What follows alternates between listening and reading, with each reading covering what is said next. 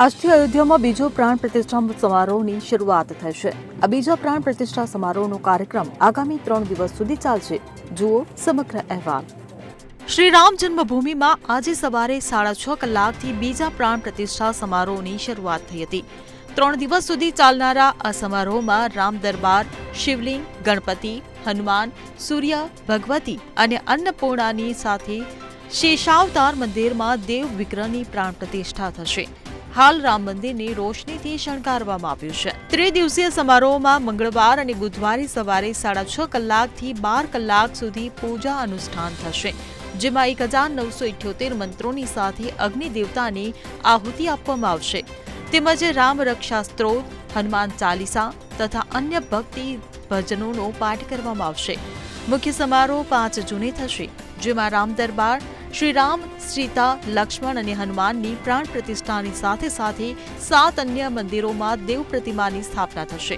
રામ જન્મભૂમિમાં બીજા પ્રાણ પ્રતિષ્ઠાના પ્રથમ દિવસે પંચાગ પૂજન, મંડપ પ્રવેશ, યજ્ઞ મંડપ પૂજન, ગ્રહયોગ, અગ્નિસ્થાપન, વન, કર્મકુટી, જળાધિવાસ અનુષ્ઠાન થશે।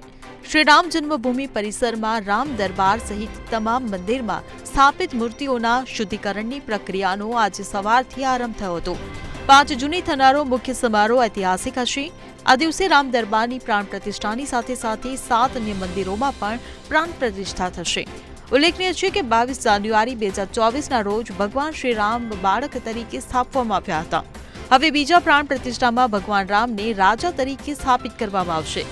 રામ દરબારમાં ભગવાન રામની સાથે લક્ષ્મણ, ભરત, શત્રુઘ્ન, માતા જાનકી અને સેવક હનુમાન પણ હશે। તો બીજી બાજુ મંદિર પ્રશાસને ભક્તોને અપીલ કરી છે કે 5 જૂને અયોધ્યા ન આવો। શ્રી રામ જન્મભૂમિ તીર્થ ક્ષેત્રના મહામંત્રી ચંપતરાયે કહ્યું કે 5 જૂને અયોધ્યા ખાસ કરીને તમારા જીવન અને પ્રતિષ્ઠા માટે કોઈ યોજના સાથે આવો નહીં, કારણ કે પર્યાવરણને કારણે કોઈ ખાસ કાર્યક્રમોનું આયોજન કરવામાં આવી રહ્યું નથી અને કોઈ ખાસ લોકોને આમંત્રણ આપવામાં આવ્યું નથી। રામ મંદિરના પહેલા માળે રામ દરબારની સાથે સંકુલના બાકીના 6 મંદિરોનો પણ અભિષેક કરવામાં આવશે।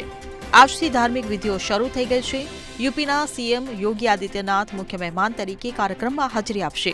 5 જૂને સવારે 6 વાગ્યે ધાર્મિક વિધિ શરૂ થશે, તો સવારે 11 વાગ્યે રામ દરબારનો અભિષેક થશે। Bureau report CN24 news. હવે જુઓ દેશ દુનિયાની તમામ ખબરો તમારી આંગળીના ટેરવે। ઉઠાવો મોબાઈલ અને Google Play Store પરથી ડાઉનલોડ કરો અમારી CN24 ન્યૂઝ મોબાઈલ એપ।